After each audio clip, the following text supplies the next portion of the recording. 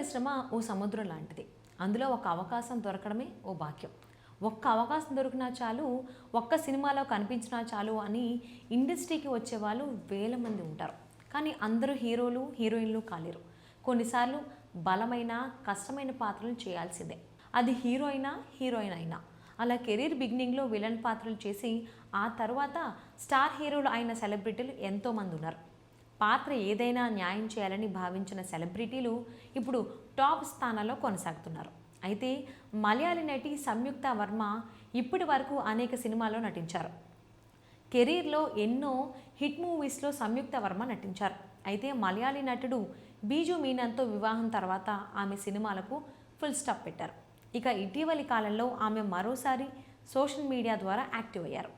ఎప్పటికప్పుడు పోస్టులు పెడుతూ నెట్టింట ట్రెండ్ అవుతున్నారు. అయితే తన కెరీర్లో కొన్ని పాత్రలు చేయడం వల్ల తాను ట్రోల్స్, ఇబ్బందులకు గురయ్యానని తెలిపారు సంయుక్త వర్మ. అయితే ప్రస్తుతం అందుకు సంబంధించిన పాత ఇంటర్వ్యూ వీడియోలు ఇప్పుడు సామాజిక మాధ్యమాల్లో వైరల్ అవుతున్నాయి.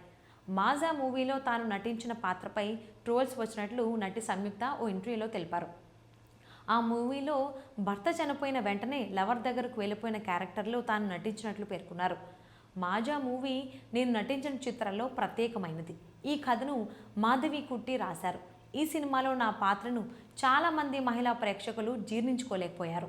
ఈ మూవీలో భర్త చనిపోయిన వెంటనే లవర్ దగ్గరకు వెళ్ళిపోయిన పాత్రలో నేను నటించాను అని సంయుక్త వర్మ చెప్పుకొచ్చారు. మరో సినిమా మేఘా మల్హార్లోని పాత్ర కూడా ట్రోల్స్ వచ్చాయని ఆమె అన్నారు. ఇలాంటి పాత్రను ఎందుకు సెలెక్ట్ చేసుకుంటున్నారు అని చాలామంది అడిగారని, అప్పుడు తాను నేను సంయుక్త వర్మ, మీరు స్క్రీన్పై చూసే క్యారెక్టర్ కాదు నేను, మన చుట్టూ అనేక మంది మహిళలు ఉన్నారు, ఒక్కొక్కరిది ఒక్కొక్క స్టోరీ, అందులో కొన్నింటిని మాత్రమే నేను తెరపై చూపిస్తున్నా అని సంయుక్త వర్మ తెలిపారు.